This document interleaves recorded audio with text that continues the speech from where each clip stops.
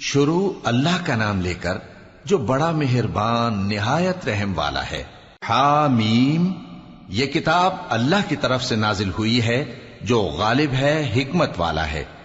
ہم نے آسمانوں اور زمین کو اور جو کچھ ان دونوں میں ہے حکمت سے اور ایک وقت مقرر تک کے لیے پیدا کیا ہے، اور کافروں کو جس چیز سے خبردار کیا جاتا ہے اس سے وہ منہ پھیر لیتے ہیں۔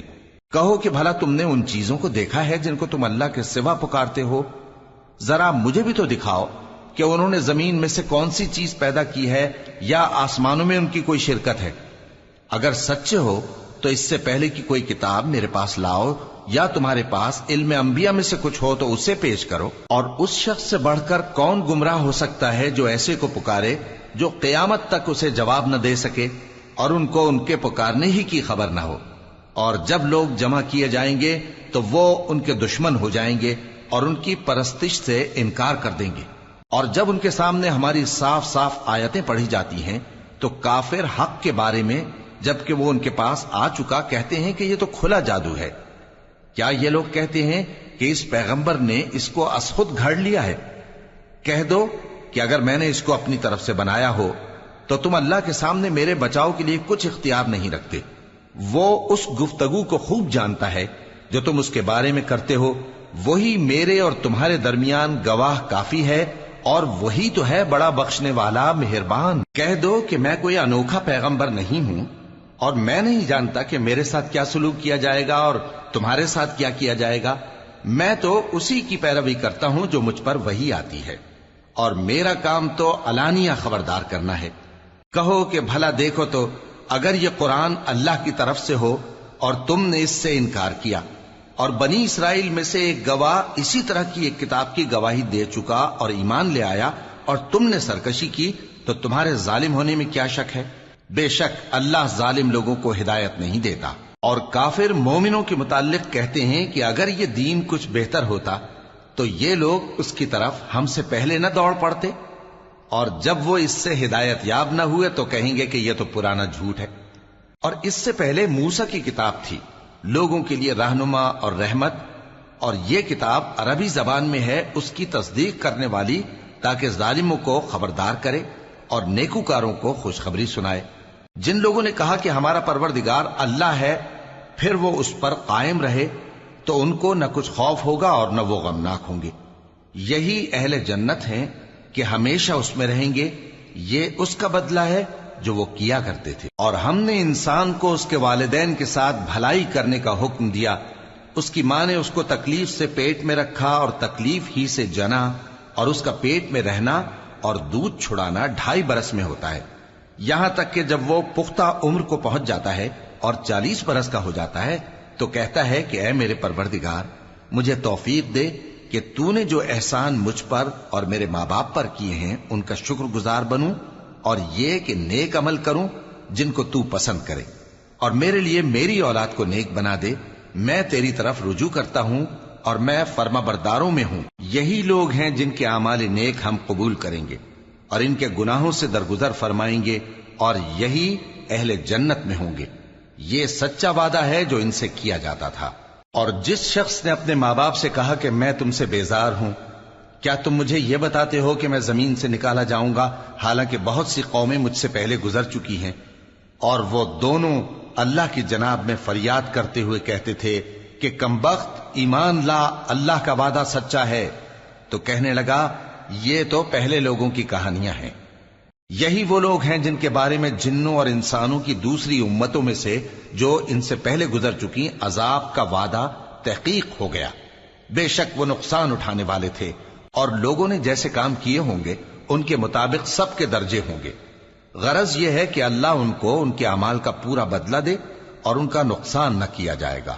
اور جس دن کافر دوزخ کے سامنے کیے جائیں گے تو کہا جائے گا کہ تم اپنی دنیا کی زندگی میں لذتیں حاصل کر چکے اور ان سے لطف اندوز ہو چکے، سو آج تم کو ذلت کا عذاب دیا جاتا ہے۔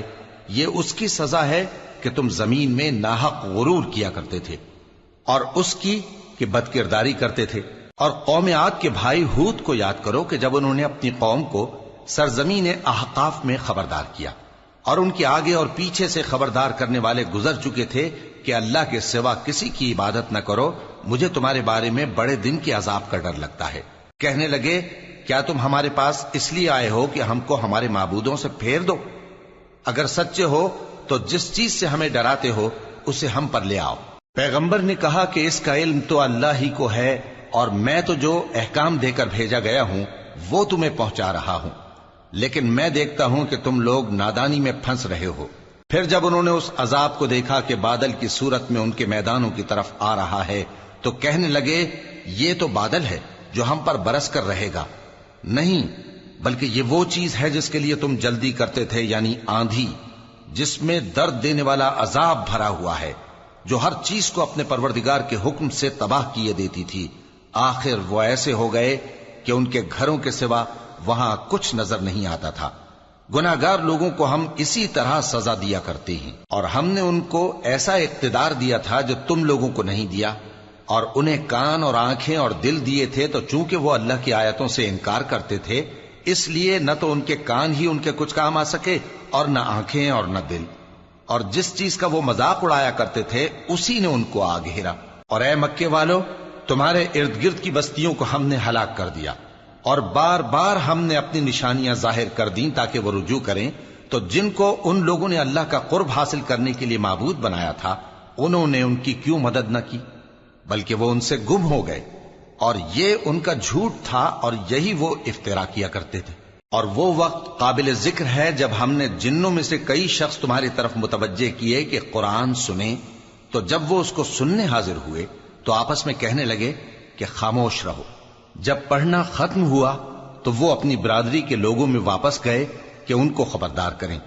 کہنے لگے کہ اے قوم، ہم نے ایک کتاب سنی ہے جو موسیٰ کے بعد نازل ہوئی ہے، جو کتابیں اس سے پہلے نازل ہوئی ہیں ان کی تصدیق کرتی ہے اور سچا دین اور سیدھا رستہ بتاتی ہے۔ اے قوم، اللہ کی طرف بلانے والے کی بات کو قبول کرو اور اس پر ایمان لاؤ، اللہ تمہارے گناہ بخش دے گا اور تمہیں دکھ دینے والے عذاب سے پناہ میں رکھے گا۔ اور جو شخص اللہ کی طرف بلانے والے کی بات قبول نہ کرے گا تو وہ زمین میں اللہ کو عاجز نہیں کر سکے گا، اور نہ اس کے سوا اس کے حمایتی ہوں گے۔ یہ لوگ کھلی گمراہی میں ہیں۔ کیا انہوں نے نہیں سمجھا کہ جس اللہ نے آسمانوں اور زمین کو پیدا کیا اور وہ ان کے پیدا کرنے سے تھکا نہیں، وہ اس بات پر بھی قادر ہے کہ مردوں کو زندہ کر دے؟ ہاں، کیوں نہیں، وہ ہر چیز پر قادر ہے۔ اور جس روز انکار کرنے والے آگ کے سامنے کیے جائیں گے تو ان سے پوچھا جائے گا کیا یہ حق نہیں ہے؟ تو کہیں گے کیوں نہیں، ہمارے پروردگار کی قسم یہ حق ہے۔ اللہ فرمائے گا کہ تم جو دنیا میں کفر کیا کرتے تھے تو اب اس کی وجہ سے عذاب کے مزے چکھو۔ پس اے نبی، جس طرح اور عالی ہمت پیغمبر صبر کرتے رہے ہیں اسی طرح تم بھی صبر کرو، اور ان کے لیے عذاب جلدی نہ مانگو۔ جس دن یہ اس چیز کو دیکھیں گے جس کا ان سے وعدہ کیا جاتا ہے تو یہ خیال کریں گے کہ گویا دنیا میں رہے ہی نہ تھے مگر گھڑی بھر دن۔ یہ قرآن پیغام ہے جو پہنچایا جا چکا، سو اب وہی ہلاک ہوں گے جو نافرمان تھے۔